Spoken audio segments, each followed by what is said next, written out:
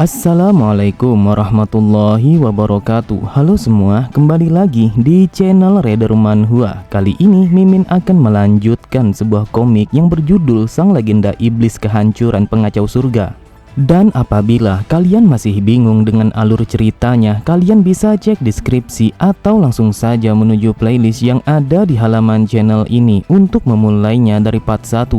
Tanpa basa-basi lebih jauh, mari kita masuk di part 49.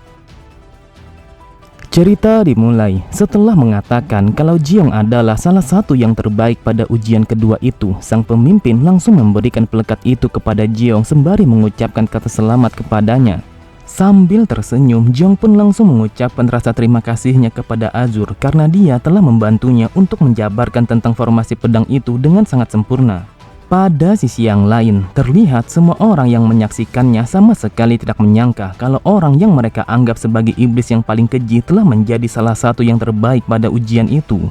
Di saat itu, mereka bertanya-tanya siapa sebenarnya Jiong dan bagaimana latar belakangnya sehingga ia bisa menduduki posisi itu dengan begitu mudah. Akan tetapi tanpa mereka sadari, terlihat Yongga sangatlah marah sampai-sampai ia menggertakkan giginya.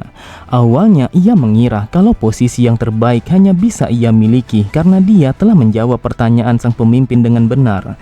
Namun ia sama sekali tidak menyangka kalau posisi itu telah direbut oleh Jiong sehingga membuatnya menjadi menyedihkan dan juga memalukan.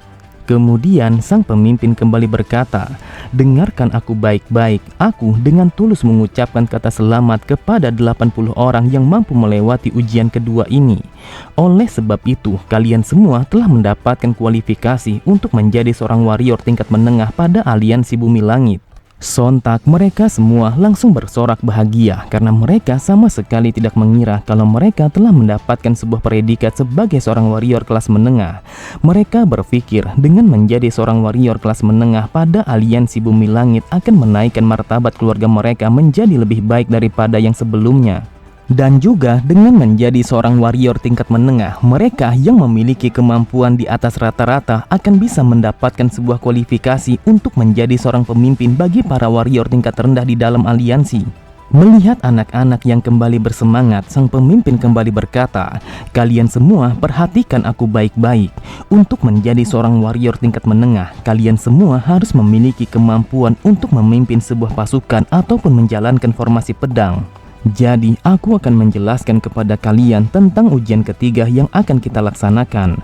Seperti yang baru saja kalian dengar, kalau syair yang ada pada tiang bendera adalah sebuah syair tentang teknik berpedang yang membutuhkan setidaknya 8 orang. Dan itu adalah formasi berpedang yang dibuat berdasarkan perubahan pada 8 trigram. Asal kalian tahu kalau formasi berpedang itu telah diciptakan oleh sang pemimpin sebelumnya aliansi Bumi Langit. Lalu untuk mengaktifkan formasi itu, minimalnya kau harus membutuhkan 8 orang dan maksimalnya adalah 32 orang.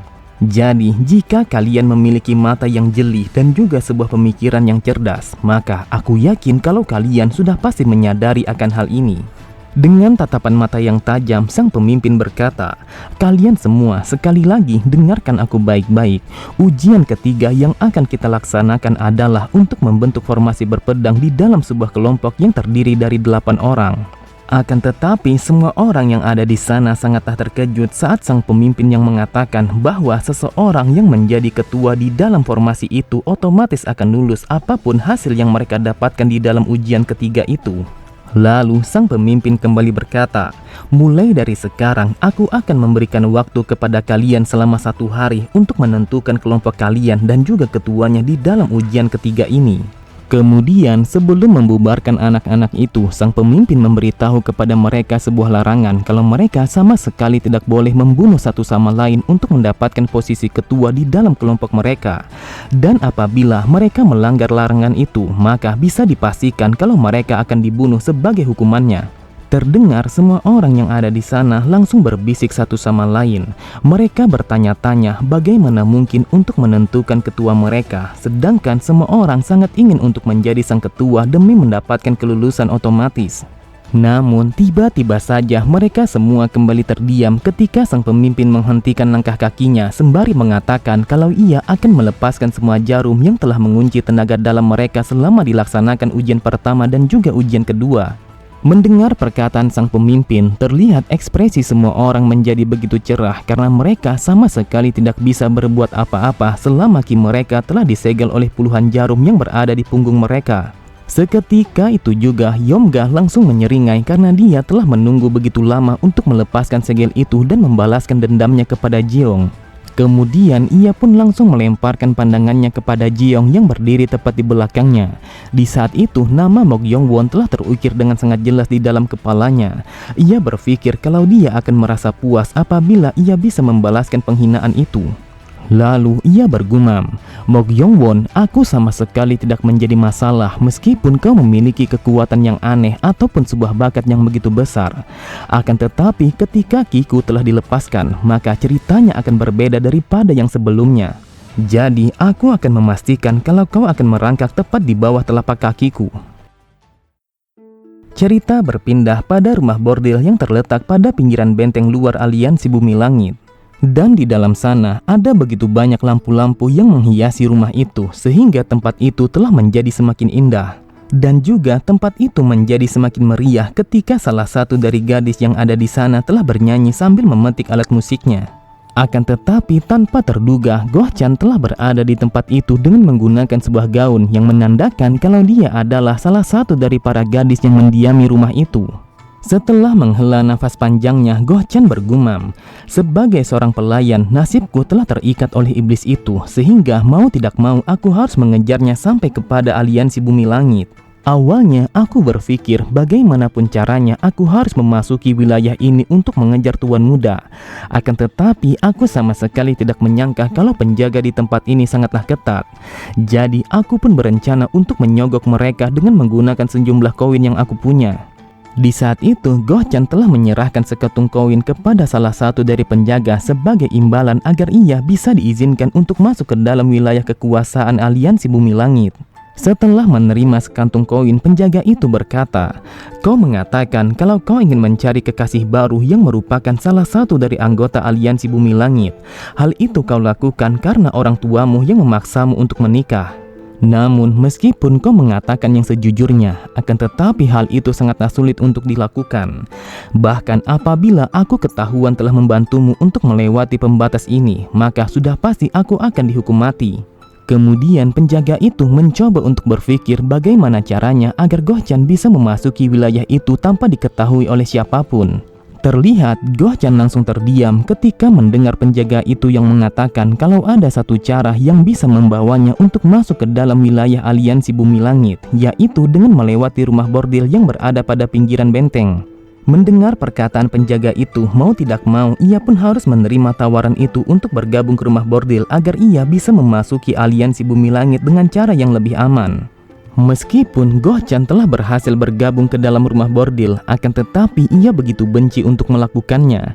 Ia bergumam, "Aku adalah seorang laki-laki yang menyamar sebagai seorang pelacur dan itu telah membuatku merasa jijik dan juga mual.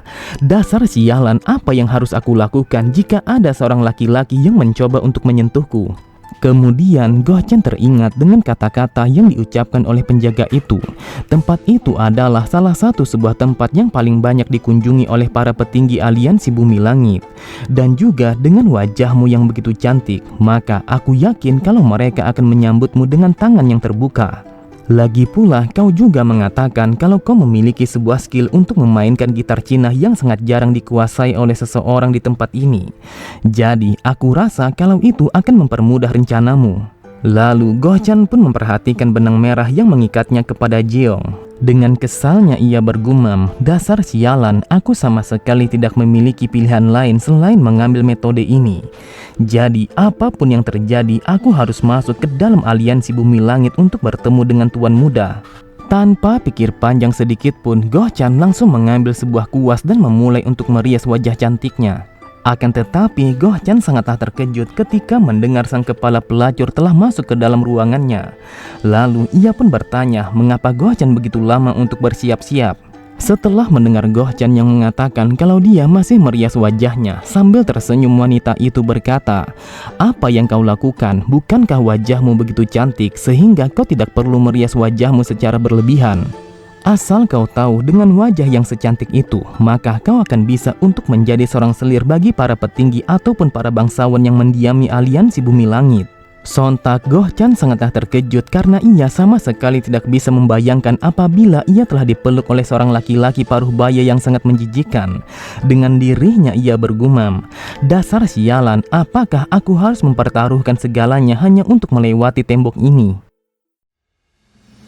Cerita berpindah di balik sebuah gunung. Terlihat sebuah bangunan yang merupakan tempat istirahat para peserta yang mengikuti ujian ketiga. Kemudian salah satu dari ruangan itu terlihat Yomga telah memuaskan rasa laparnya setelah semua jarum yang menyegel tenaga dalamnya telah dilepas sepenuhnya. Di saat itu ia sangat ingin mengalirkan semua tenaganya yang meledak-ledak untuk membalaskan dendamnya kepada Jeong. Tanpa pikir panjang sedikit pun, ia pun langsung berjalan meninggalkan ruangannya untuk bertemu dengan Jeong. Sambil tersenyum ia bergumam, "Mungkin aku tidak boleh untuk membunuhnya, akan tetapi aku masih boleh untuk membuatnya menjadi cacat karena mereka hanya meminta untuk tidak membunuh satu sama lain." Ketika segel kami telah dilepaskan, aku pun merasakan kalau bajingan itu hanyalah seniman bela diri tingkat 1. Namun hal itu sama sekali tidak perlu dikhawatirkan karena aku telah berada di level puncak. Jadi aku rasa kalau kami memiliki sebuah level yang sangat jauh berbeda di dalam seni bela diri. Meskipun dia memiliki sebuah teknik yang sangat aneh, akan tetapi aku telah mencapai level puncak. Bahkan aku juga telah menguasai sebuah teknik rahasia yang dimiliki oleh keluarga kami, yaitu pembantaian lembah darah. Seharusnya aku berkultivasi dan juga beristirahat sama seperti yang lainnya. Namun aku tidak bisa membiarkan kesempatan emas ini akan terlewat begitu saja. Jadi aku akan membuatnya untuk membayar perbuatannya karena dia telah mempermalukanku di hadapan orang banyak. Lagi pula selama aku tidak membunuh bajingan itu, maka aku masih bisa melakukan apa saja kepadanya meskipun aku telah membuatnya menjadi cacat. Akan tetapi Yomga sangatlah terkejut ketika melihat Jeong yang berdiri tepat di hadapan ruangannya, yang seolah-olah kalau Jeong telah mengetahui pergerakannya. Dengan tatapan mata yang tajam, Jeong berkata, "Jujur saja aku sama sekali tidak menyangka kalau kita di saat ini telah memiliki pikiran yang sama untuk bertemu satu sama lain." Terlihat Yomga sama sekali tidak bisa berbuat apa-apa setelah Jeong yang mencengkram wajahnya dengan begitu kuat. Lalu ia pun langsung mendorong tubuh Yomga ke dalam ruangannya.